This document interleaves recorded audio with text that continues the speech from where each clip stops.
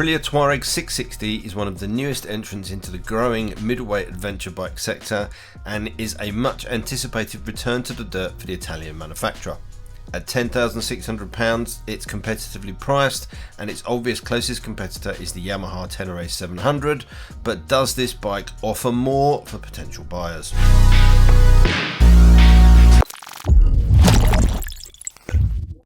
Now, whilst I don't want this review to be a direct comparison between the two bikes, it is definitely a question that will be asked. Power, weight, dimensions and price are all in roughly the same ballpark, but there is one key element to the Aprilia that sets it apart from the Yamaha, and that's its suite of electronics. 4 riding modes with the ability to tweak traction control, engine braking, ABS and a whole host more are changed and edited through a very clear and easy to read TFT screen and simple controls on the bar. There's a very handy little USB port nicely placed below the screen for GPS or phone power, but there's no heated grips or quick shifter as standard at this price, but then that's understandable. So instead of standing here going through all the specs, let's jump straight into the important part and see how this rides on the road and on the dirt. Now, the first thing you notice when you jump on the Tuareg 660 is that it feels plush. I'm not saying it feels soft, I'm not saying it feels sloppy or wallowy. Plush is definitely a word. I find the riding position to be excellent, both when sat down on the bike and standing. The bars are nice and close to you, nice and wide, lots of leverage. The long seat is comfortable, plenty of room to move around, and there's plenty of room for a pillion on the back of that as well. In fact, I've been really impressed with the comfort of the seat. When I picked the bike up, it was a beautiful day and I decided to take a very twisty route back home, and I was on the bike for probably about 3 hours in one hit, and I had no aches or pains. It's quite a narrow seat, which means getting your feet down to the floor is very easy, but it's pretty plush as well, so I think you could very easily spend all day on this seat and not have any problems. Another thing you notice first off the bat is the very positive gear change. I've heard a couple of negative comments about that. I would have to say I disagree with those. I really like it. It's as I say, very positive. I've had no missed shifts, I've had no false neutrals. Really nice, firm, crisp, positive gear change, light clutch. I also noticed that there's nice big wide foot pegs on here. At the moment it's got the rubber bungs in the middle of them. Very comfortable, particularly when standing. You've got a really good platform for standing when things get rough. Another key thing in terms of ergonomics is obviously the screen, and this is a fixed screen, it's not adjustable, so it is what it is, you have to deal with it. Generally I found it not to be too bad. When I rode it home I was wearing my Aero Commander helmet with a peak, and I was getting a little bit of buzz and a resonance off of that, but in this helmet, and I've tried it in and a couple of other helmets that I've got, and actually it does a pretty good job.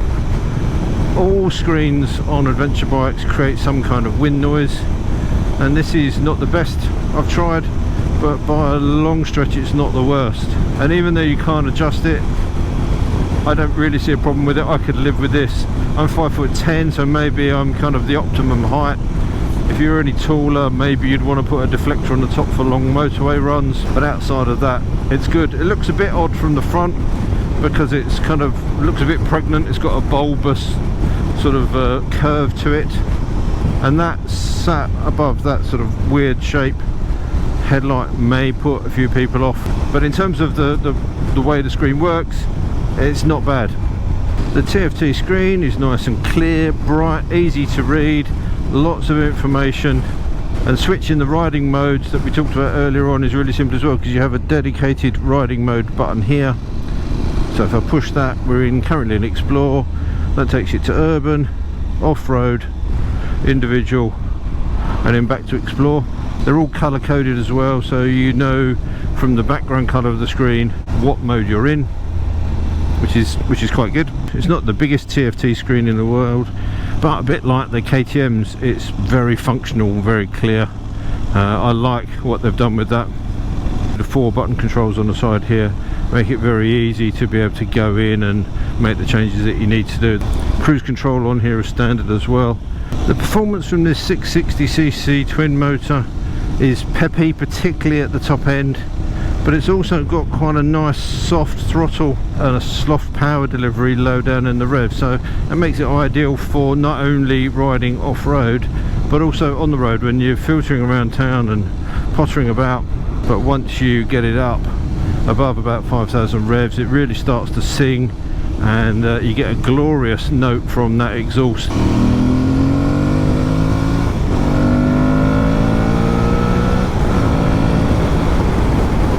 Anybody who kind of wrinkles their nose and says I'm not that interested in that bike because it's only got 80 horsepower, this thing can really shift.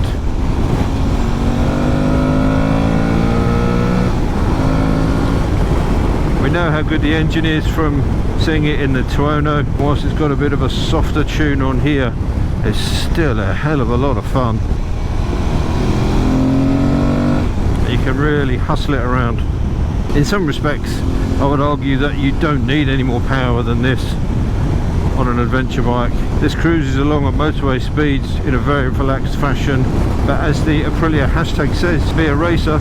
If you want to bring that side out, then you can certainly do it on this bike. The 43mm fork and the progressive link monoshock in the rear do a really good job at smoothing out the lumps and bumps.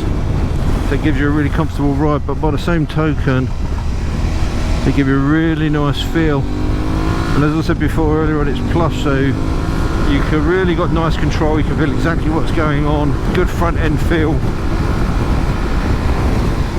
and this certainly gives you a lot of confidence to push on, even with the Scorpion Rally STR tyres.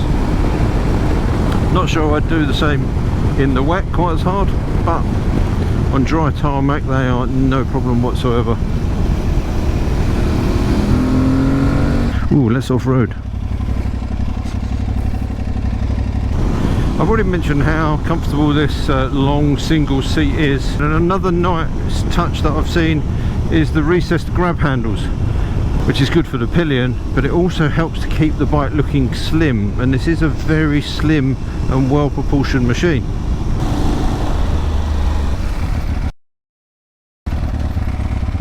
Red kite.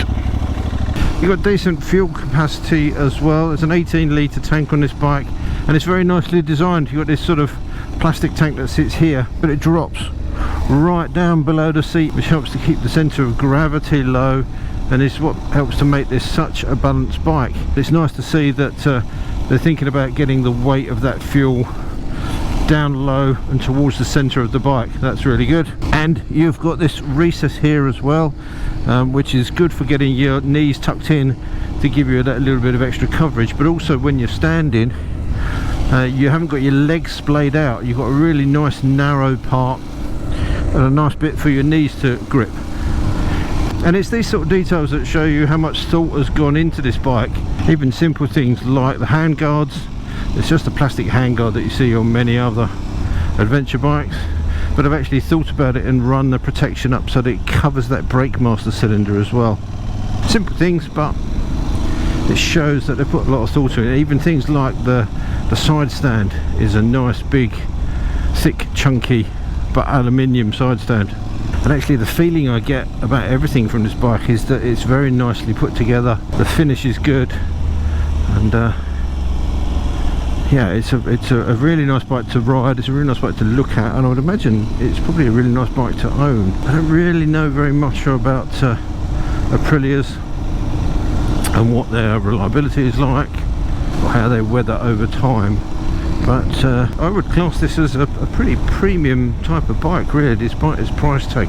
It's got really nice tubeless rims with the spokes mount out to the outside of the rim, and the Pirelli Scorpion Rally STR tyres that they've put on here are a good tyre for the mix. They seem to be very popular. They've got a lot of followers, so I had no issues with these. To be honest, I've not ridden them on wet tarmac, but on dry tarmac I can push this bike as hard as I would want to, and on the dirt, on sort of dry gravel and fire roads, I found them to offer plenty enough grip. Obviously on tarmac You get a little bit of movement from the knobs on them, so if you're not used to that, that will feel a bit strange, but you soon get used to that. And as I say, it's only a kind of a small squirm, but lots of confidence in those. I think a combination of the bike's weight at only 187 kilos, the low seat height relatively for the amount of travel it's got, is an 860mm seat height. We've got 240mm of ground clearance and 240mm of suspension travel, but the bike feels pretty planted.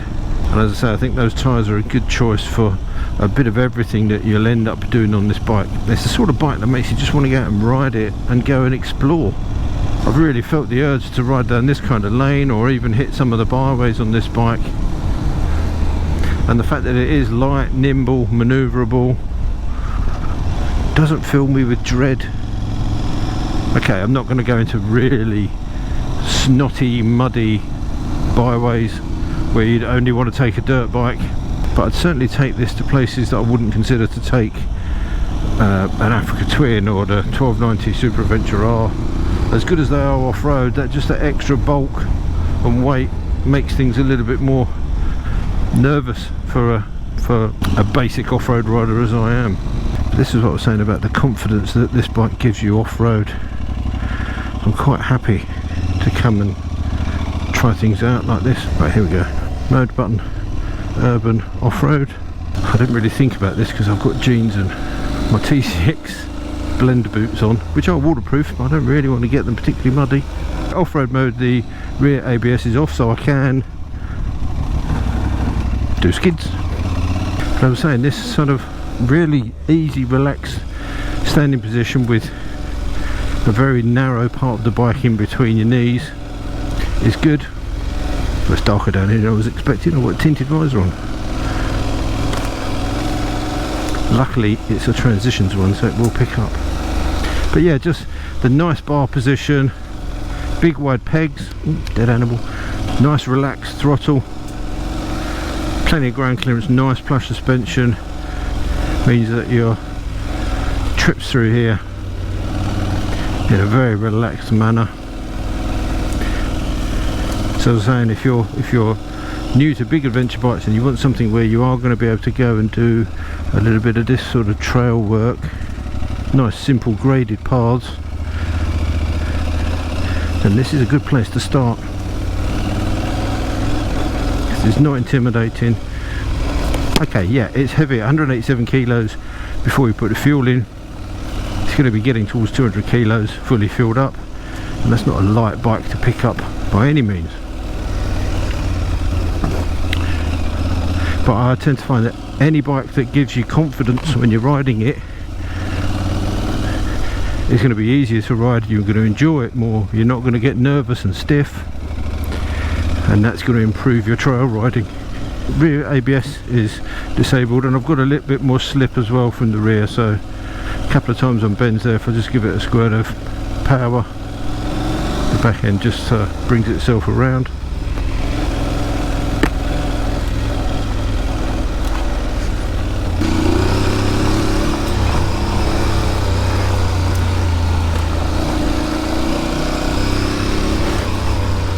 Yeah, but there you go, no problem at all. And a skid to finish, I think. And then when you get off the tarmac back onto the road, quick push of the button, back into explore mode.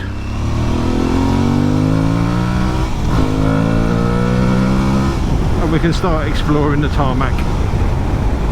At £10,600 it's competitively priced too, and I can certainly see this bike turning the heads of some potential Yamaha Tenere 700 owners, as well as quite a few other adventure bikes in that middleweight category. Somebody also described it as the love child of a Tenere 700 and an Africa Twin, and I think that's a pretty good description actually. I have thoroughly enjoyed riding it, and I just wish I had it for longer, because it's the sort of bike that you just want to go out and have adventures on and do some exploring. It's a perfect bike for that. It is pushing my buttons. Now obviously no bike is perfect, and this is no exception, and there's always going to be a few negatives that you'll find, but on this I think a lot of them are down to personal preference. The engine performance is strong, it's comfortable, You've got things like the riding modes. You know, if I had one of these, then I'd have to put heated grips on it for use in the winter. I don't know what luggage and stuff like that is like. Obviously we've got a mount here for a sat nav, so that's an easy solution. But one thing I can say about this is that it is definitely a very, very good middleweight adventure bike. And if you are in the market for a middleweight adventure bike, then I would definitely recommend tracking down your nearest dealer and giving this a ride, because I have been very, very impressed with it, and I would quite happily have one of these in my garage. So I think I've covered off pretty much everything I wanted to on the bike. If you've got any questions about anything, then drop those in the comment section down below. If you like the video, hitting the like button is gratefully appreciated. Also, if you want to see future bike reviews as they come through, then hit the subscribe button and the notification bell, and you'll get notified when new videos are launched. And all that leaves me to say is, as usual, thanks for watching, take care, ride safe, and I'll see you soon. Bye.